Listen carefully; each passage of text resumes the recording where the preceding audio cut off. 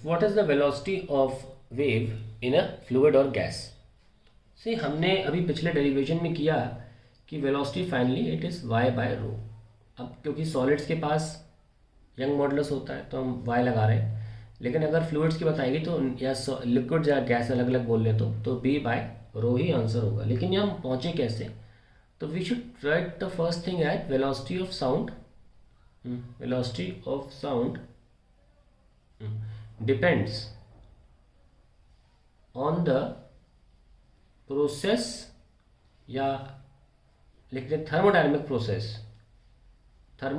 process, dynamic process which takes place during sound propagation, which takes place during sound propagation.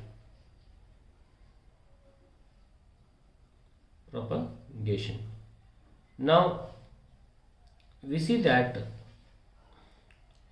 अगर Newton की बात करें तो Newton ने साउंड प्रोपगेशन की प्रोसेस को आइसोथर्मल मान लिया था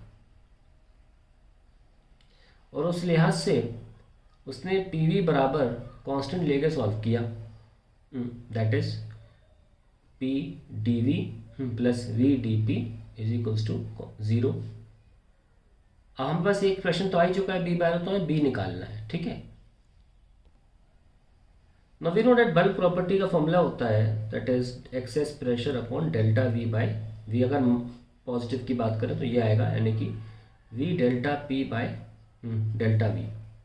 तो हमें ये एक्सप्रेशन यहाँ से निकालना होगा। Let us see what is coming out to be. It is हमें वी डी पी वहाँ चाहिए और डी वी नीचे चाहिए, तो P is equals to minus का V D P upon D. तो ये बन गया और हमने आपसे कहा है कि हमें मॉड पॉजिटिव लेना, that means bulk modulus nothing but pressure only. So velocity जो आ गई वो आ गई सिंपली पी बाय रो। और अगर हम अपनी आइडियल गैस इक्वेशन देखें जो पी वी बराबर एन आर टी होती है, उसमें से मैं अगर पी बाय रो निकालना चाहूँ तो कैसे निकालूंगा? ये मास अपॉन मोलर मास हो जाएगा आर टी, और मैं वॉल्यूम नीचे ले जाऊँ तो मास अपॉन वॉल्यूम डेंसिटी होता है, तो पी बाय रो नीचे आ जाएगा और R T by M. So we get R T divide by M. ये न्यूटन के सिद्धांत के अकॉर्डिंग किया है, न्यूटन ने माना आइसोथर्मल प्रोसेस है। जब वैल्यू निकालेंगे आर पे रख के, टेम्परेचर एटमॉस्फेरिक प्रेशर और टेम्परेचर वैल्यूज रख के और मास ऑफ द एयर रख के करेंगे तो हमें पता चलेगा कि 280 के आसपास आंसर आ रहा था, जो कि गलत था। काफ़ी ऑफ था आंसर, क्योंकि 330 एक्सपेरिमेंट दे रहे थे आंसर। तब लाप्लास आए और लाप्लास ने बस ये बोला कि आप इस प्रोसेस को एडियाबैटिक मानिए, it's not a slow process. Sound का गैस के थ्रू या एयर के थ्रू निकलना स्लो प्रोसेस नहीं है कि आप आइसोथर्मल ले लें। It's a very quick process, उसमें कोई हीट का आदान प्रदान नहीं होगा। So he took gamma as the isotropic index and then he solved. और ऐसा करने पर हमको पता है कि D P by D V minus का पी फॉर्मूला जो होता है, D P by slope of the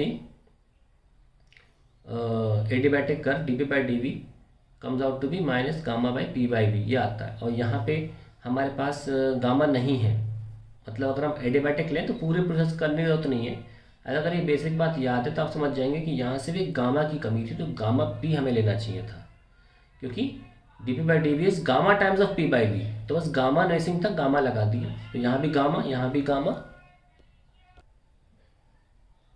so यहाँ पे भी गामा लगा सकते हैं। और हम पता है कि एयर के लिए, एयर क्योंकि मेनली नाइट्रोजन ऑक्सीजन से बनी है, और CO2 भी अगर ले लें जो कि आर्सेनिक से भी कम पाया जाता है, तो वो भी उसको हम उसको मतलब इग्नोर कर सकते हैं। तो mainly air is diatomic in nature, और डायटोमिक के लिए गामा 1.4 होता है। तो न्यूटन का ये पोर्शन वैसे का वैसा रखते हुए हम रूट गामा टाइम्स जो न्यूटन ने वेलोसिटी निकाली थी उसके अकॉर्डिंग कर सकते हैं। 1.4 का रूट 1.2 के आसपास आएगा, and then we almost got the exact value with almost negligible error. So this is the formula for sound in any medium which is fluid. So we can use gamma p by rho.